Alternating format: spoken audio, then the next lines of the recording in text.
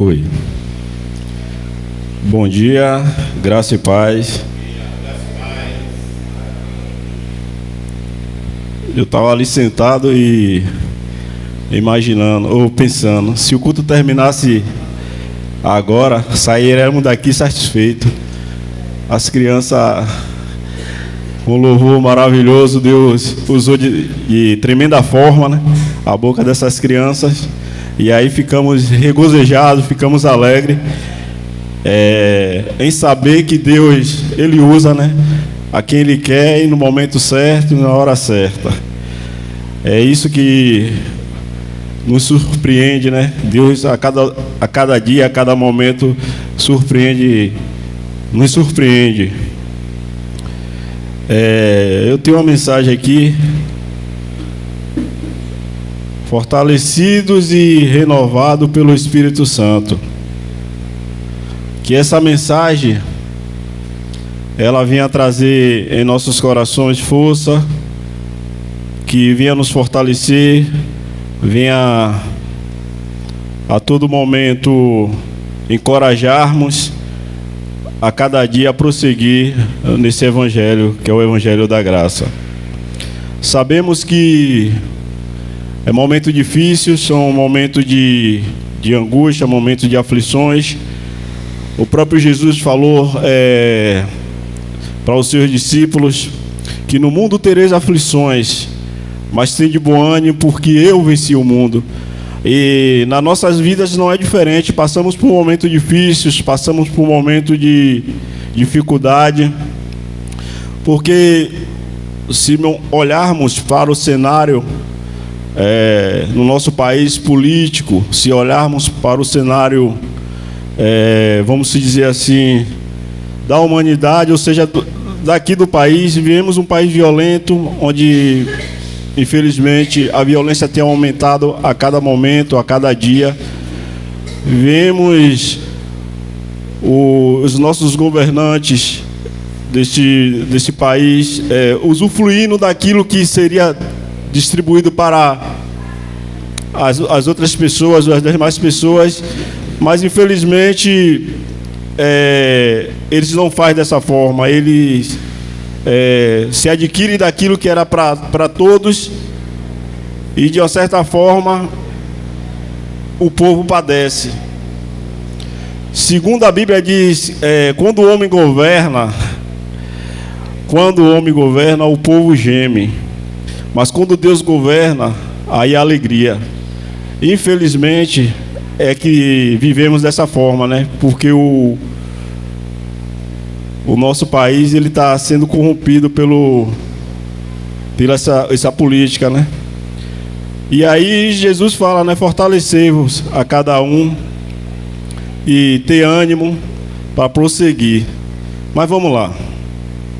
Lá em Salmos 51:10, Salmos 51:10,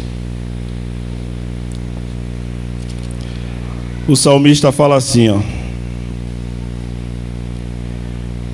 e cria em mim um coração puro, ó Deus, e renova dentro de mim um espírito estável.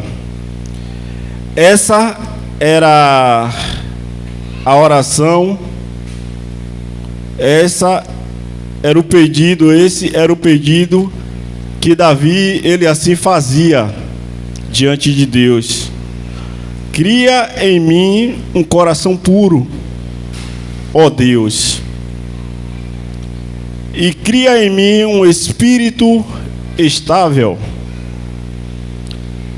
E eu, analisando essa fala do salmista, e vendo que ele, no momento em que ele fazia essa petição a Deus, era no momento de muita angústia, momento de muita aflição, momento assim que ele ia passando, e ele chegou diante de Deus e disse: Deus, cria em mim um coração puro, um espírito estável.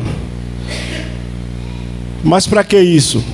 Para que ele pudesse viver de uma certa forma, diante de Deus puro, para que ele pudesse suportar as aflições do dia a dia, porque ele era um rei, tinha coisas para fazer, tinha decisões para tomar, e muitas eram as dificuldades que ele tinha por ter uma família para sustentar, para ter um reinado para governar, e ele sabia que era muito difícil se fosse governar por ele só.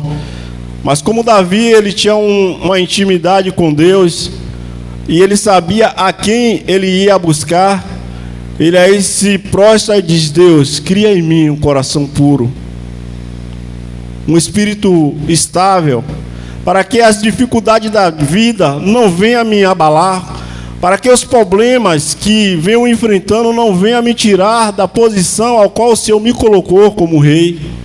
Era essa a oração que Davi fazia diante de Deus.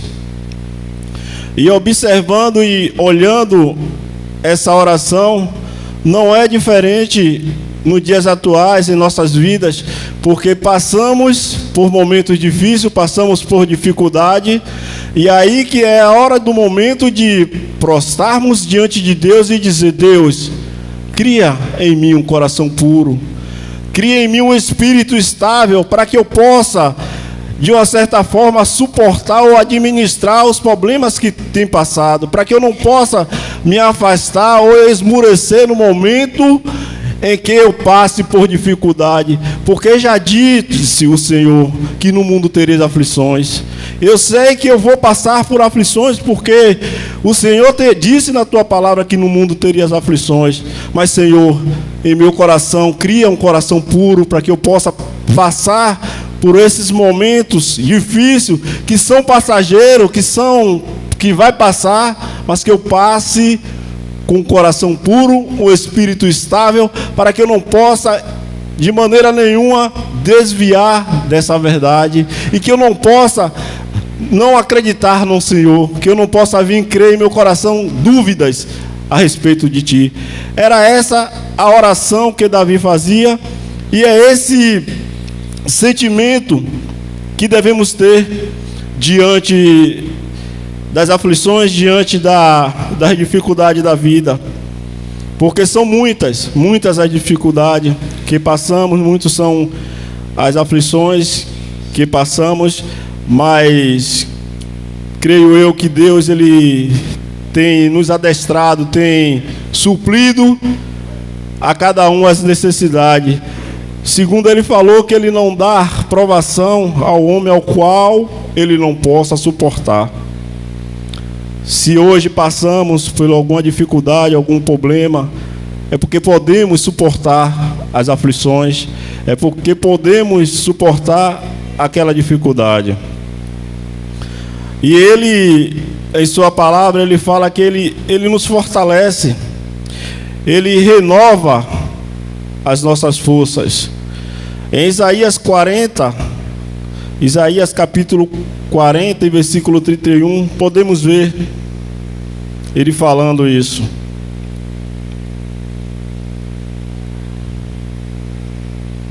Isaías capítulo de número 40.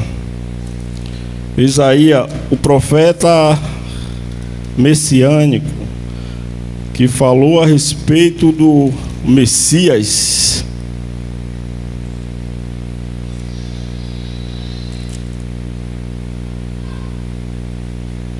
Ele fala assim, no versículo de número 31, capítulo 40, versículo 31, ele fala assim: mas aqueles que esperam no Senhor renovarão as suas forças, voam alto como águia, correrão e não ficará exausto, andam e não cansarão. Ou seja, a pessoa que ele tem um coração de esperar no Senhor, ele não se fadigará, não ficará exausto.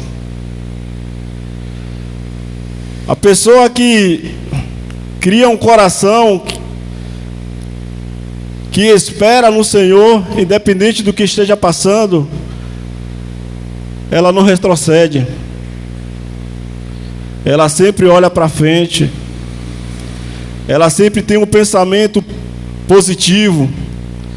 Ela sempre tem um pensamento que lá na frente vai dar certo. Ela nunca é uma pessoa que pensa negativo, sempre pensando positivo. Podemos ver no momento que Jesus ele foi naquele madeiro, no momento da crucificação. Jesus falou algumas palavras que me chamam a atenção. Ele dizendo ao Pai: Pai, se for possível, passa de mim esse cálice, mas por todavia seja feita a tua vontade. Momento de sofrimento, momento de angústia, momento de aflição, ao qual Jesus estava ali indo ser morto, ser crucificado pelo pecado de muitos. Momento de angústia, sofrimento total, sabendo que ele ia ser crucificado, uma morte terrível, que é a morte de cruz, ser pregado em um madeiro. E ele fala: Pai, se possível for, passa de mim esse cálice, mas todavia, se não for, que seja feita a tua vontade. E que a vontade de Deus, como diz, é perfeita e agradável. Que essa vontade ela venha a se manifestar em nossas vidas, e que a gente venha a ter essa percepção ao qual Jesus teve de dizer: Pai, seja feita a tua vontade. Muitas das vezes a gente passamos por momentos difíceis e olhamos para um lado, não vemos saída, olhamos para o outro, também não vemos saída, e muitas das vezes paramos e olhamos: o que é que eu faço agora? O que é que eu vou fazer? Senhor, tira de mim esse sofrimento que já não aguento mais. Senhor, tira de mim essa angústia que vem a cada dia me corroendo. Senhor, por que eu estou passando por isso? Senhor, por que isso? Mas a oração de Jesus foi uma oração diferente. Se possível for, passa de mim esse cálice, mas se não for, seja feita a tua vontade. A vontade de Deus que tem que ser feita em nossas vidas. No momento a gente não entende por que passamos essa dificuldade, por que passamos esse problema. Dependendo do que for, do que seja, eu creio que seja para passar uma experiência, para fortalecer lá na frente, para criar mais raiz, porque a dificuldade ela serve para nos encorajar para a batalha mais grande, maior. Eu lembro que Davi, ele era um homem de guerra, de batalha, e cada vitória e cada batalha que ele ia, creio em meu coração que quando ele vencia, acho que ele falava assim: aqui vier agora vai ser fácil, porque eu já passei por essa, e aqui vier agora vai ser café pequeno, porque o Senhor tem me fortalecido, o Senhor tem me dado forças. E é assim que nós cristãos devemos nos suportar, ou seja, nos parar dentro de uma situação, crendo que o Senhor fortalecerá, que o Senhor renovará as nossas forças, que o Senhor, no tempo oportuno, Ele nos revigorará cada dia mais, para que nós venhamos a suportar às intempéries da vida. Aí vimos que, se a gente for olhar, os nossos irmãos que se encontram dentro de uma religião, principalmente a religião evangélica, eu conheço várias pessoas que hoje se encontram em depressão. Conheço pessoas que hoje têm medo de tudo e de todos, porque eles lêem a palavra e, de fato, eles não acreditam que Deus é um Deus que fortalece, que renova e que revigora as forças dos filhos. Pessoas que falam de Deus, mas não conhecem, fala de quem não conhece. E essas pessoas, dia após dia, tá ali na religião por medo, traumatizado dentro daquela religião, em busca de uma salvação ao qual já foi adquirida, mas eles não sabem, e vai levando a vida, como eu vim falar, com medo de tudo e de todos, com medo do diabo, e aí vai. Mas são pessoas que não evoluem, são pessoas que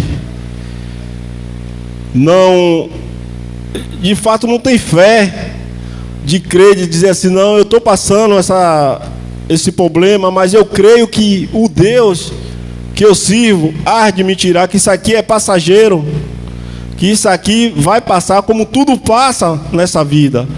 Tudo passa, disse lá em Eclesiastes, que tudo passa.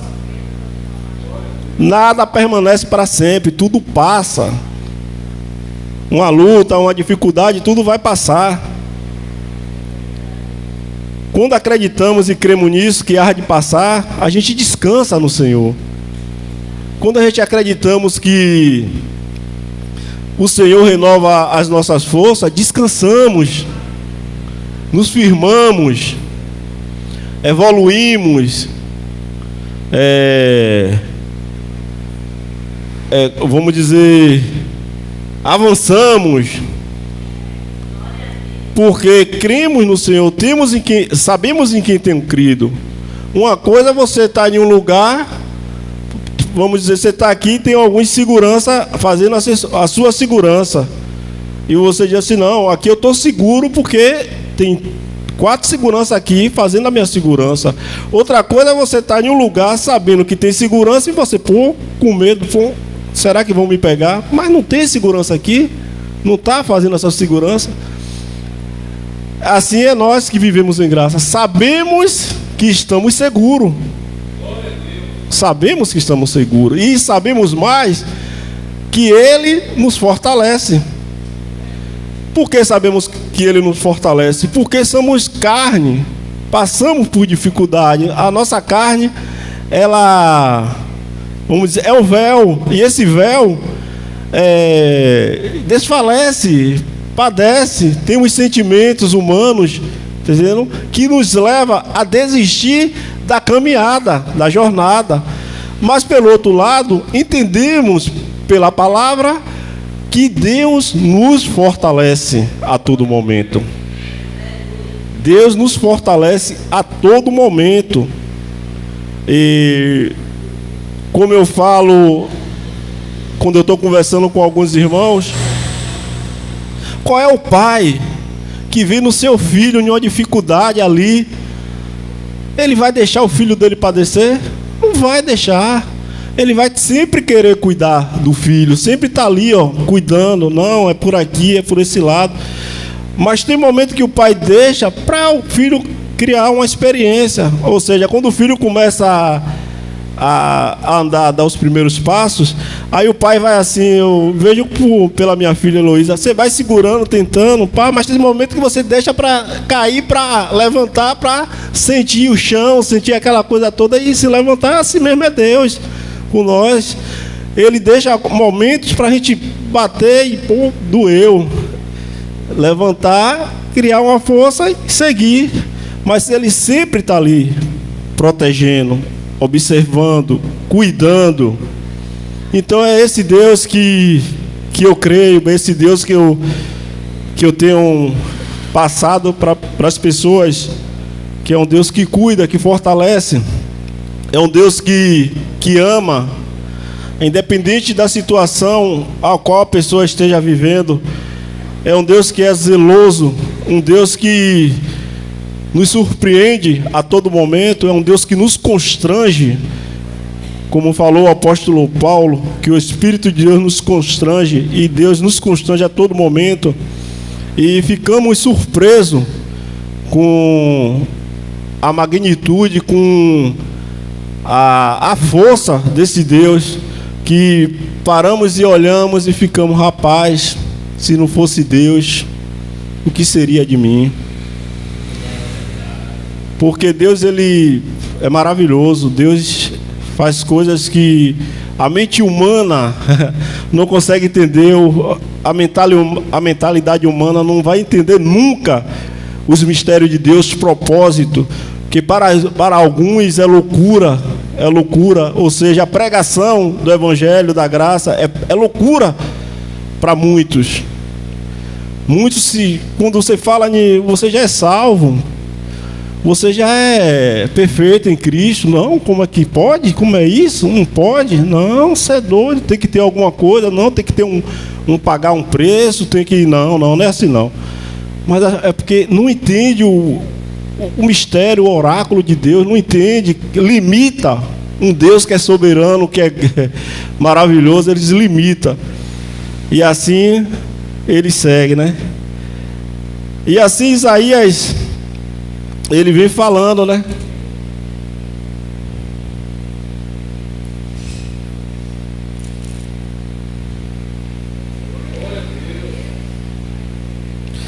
Mas aquele que espera no Senhor renovarão as suas forças, voam alto, voa alto como a águia. É o que Deus quer para nós, que viemos voar alto, além da mentalidade humana, além daquilo que o homem não consegue compreender. É isso que Deus quer, que nós viemos voar alto.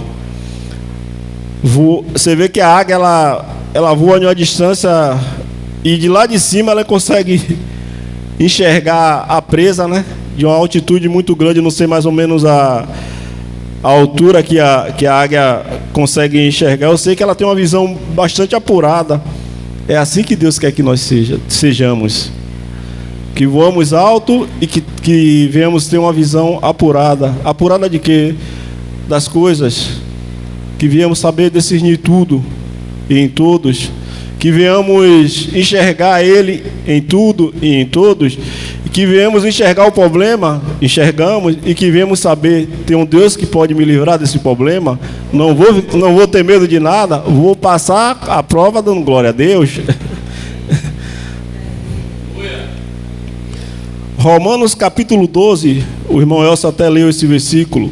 Romanos capítulo 12, versículo de número 2. Carta de Paulo a Roma.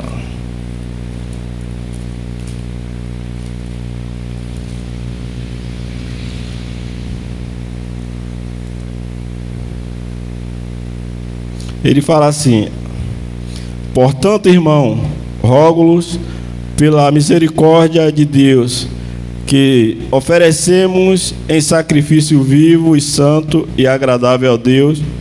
Este é o culto racional de vocês. Só até aí. Ele fala que rogava, orava, pedindo a Deus que, por misericórdia, que oferecesse o sacrifício. Qual era o sacrifício? Era pagar o preço? Não. Era o culto racional, entendimento, lógica. Você está tendo um culto, mas você entendendo tudo o que está acontecendo no culto. Não é um culto misterioso, onde as pessoas rodam, caem, nada acontece. Porque o culto que Paulo fala aqui, que apresentemos nossos corpos como sacrifício vivo e agradável a Deus, é o nosso entendimento, entender o que está sendo falado, o que está sendo apresentado e, em primeiro lugar, colocarmos em prática aquilo que aprendemos. A palavra. Porque a palavra, ela é viva e ela é eficaz, né? Tem eficiência na vida do ser humano. A palavra, ela nos conduz a águas tranquilas, nos conduz a lugares altos, nos conduz a ficar firmado e fortalecido no Senhor. Mas poucos são os que são guiados por esta palavra. Poucos são os que são guiados pelo Espírito. Muitos têm sido guiados por uma religião, pelo homem. Não faça isso, não faça aquilo, é desse jeito. Deus tem que ser adorado no monte. Deus tem que ser adorado ali, aqui. Mas não se sujeita à ação do Espírito. Não se sujeita a viver pelo Espírito. E nesses últimos dias a gente vê muitas coisas acontecendo no meio evangélico. E vemos também muitas pessoas saindo da igreja evangélica. E pessoas, quando ela sai, se desvincula do sistema evangélico, as pessoas que é da igreja evangélica falam ali, ó, mais um desigrejado. Esse aí já está com o passaporte carimbado para ir para o inferno. Esse dia eu estava vendo no YouTube um rapaz, ele tinha 32 anos na Testemunha de Jeová.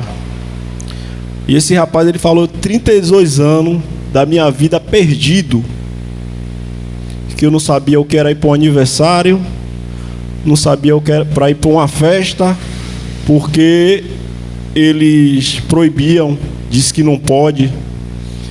E depois ele começou a ter entendimento e descobriu que tudo isso era uma mentira.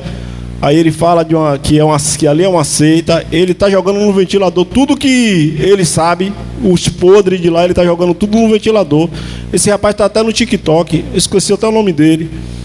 E ele está falando barbaridade do que acontece dentro dos bastidores, que muitas das vezes não é chegada a nós, a gente não sabe. E ele está jogando no ventilador. Ele falou de pedofilia dentro da Testemunha de Jeová, falou de homossexualismo, falou de meio mundo de barbaridade que acontece lá dentro. Está entendendo? Que eles chamam de organização, a Testemunha de Jeová. E esse rapaz, ele falou, passou 32 anos da vida dele perdido dentro da chamada Testemunha de Jeová. E aí você tira para ver, né, o quanto as pessoas vivem na religião, é escravizada. Essa semana teve que eles passam lá direto, lá na minha rua. Aí passaram lá e chegaram para me dar um folheto. Peguei por educação. E aí eles vieram falar comigo. Aí eu disse: olha, para não tomar nem o meu tempo, nem tomar o seu tempo, eu não preciso de moleta. Aí ele ficou assim: não entendi o que você quis falar. Eu disse: eu não preciso de moleta.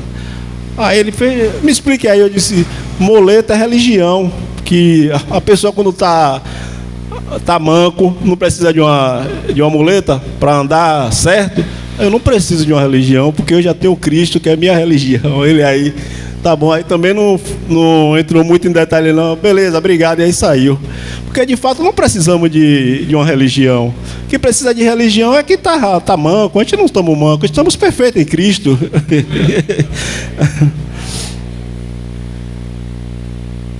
Mas essa é a realidade, né, do sistema evangélico, né, das religiões, né, que a todo custo tentam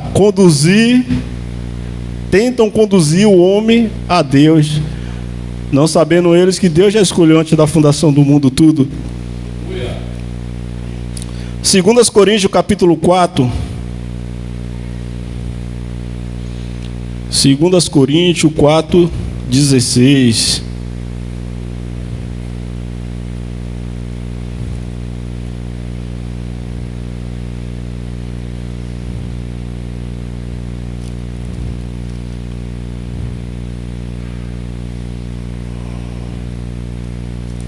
Segundas Coríntios 4, 16.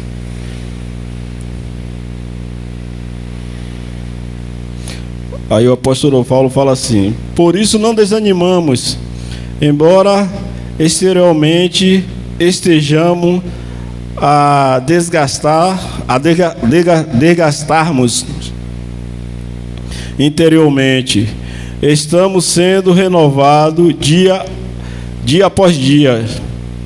Ou seja, essa carne ela se desfia ou se desfaz dia após dia, envelhecemos, mas ele diz aqui: interiormente renovado dia após dia. Ou seja, o nosso homem interior, ele se renova dia após dia. Por que ele se renova após todos os dias? Porque a todo momento, a todos os dias, estamos passando por experiência com Deus, seja no trabalho, seja na faculdade, seja aonde quer que estejamos, estamos passando experiência, estamos aprendendo com Deus. O homem interior tem se renovado. Quando estamos em meditação na palavra, o homem interior está sendo renovado, está sendo, vamos dizer, habilitado, ou seja, treinado pela essa palavra dia após dia. E esse homem interior, ele se ressai no momento que somos doutrinados, que temos sido ademoestados pelo Espírito. Efésios capítulo 4, versículo 23 até o 24. Fortalecido e renovado pelo Espírito Santo.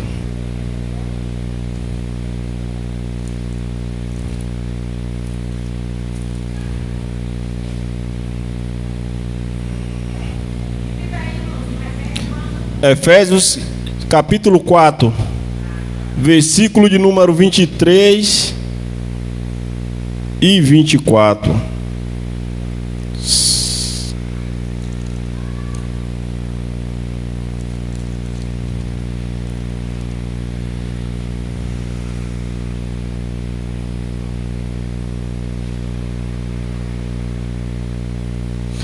Paulo fala assim: a ser renovado no modo de pensar, a ser renovado no modo de pensar, e a revestir-se do novo homem, criado para ser semelhante a Deus, em justiça e em santidade, proveniente da verdade. Exatamente, a ser renovado no modo de pensar é o que está sendo, é o que aconteceu com a gente, né? O nosso modo de pensar foi renovado pela palavra, renovado o nosso entendimento. Já não pensamos como pensava há alguns anos atrás, porque fomos renovados o nosso entendimento. Quem renovou esse entendimento não foi o pastor Elson, não foi o irmão A nem o irmão B, mas sim fomos renovados pelo Espírito. No momento que aceitamos ou que ouvimos a palavra da verdade, despertou em nós uma curiosidade, e essa curiosidade foi desperta pelo Espírito. E aí ele fez com que nós acreditasse naquilo que de fato era verdade. E aí por isso que nós estamos hoje aqui reunidos como igreja do Senhor, porque fomos despertados pelo Espírito, fomos fortalecidos por Ele, fomos renovados e temos sido renovados por Ele. E para Ele são todas as coisas.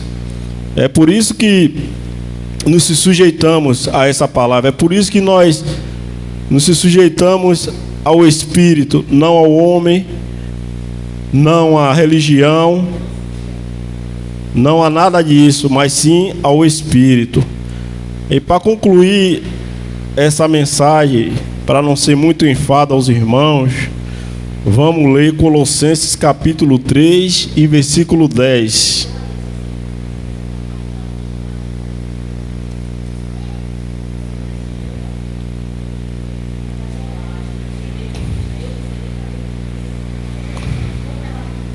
Colossenses capítulo 3, versículo de número 10.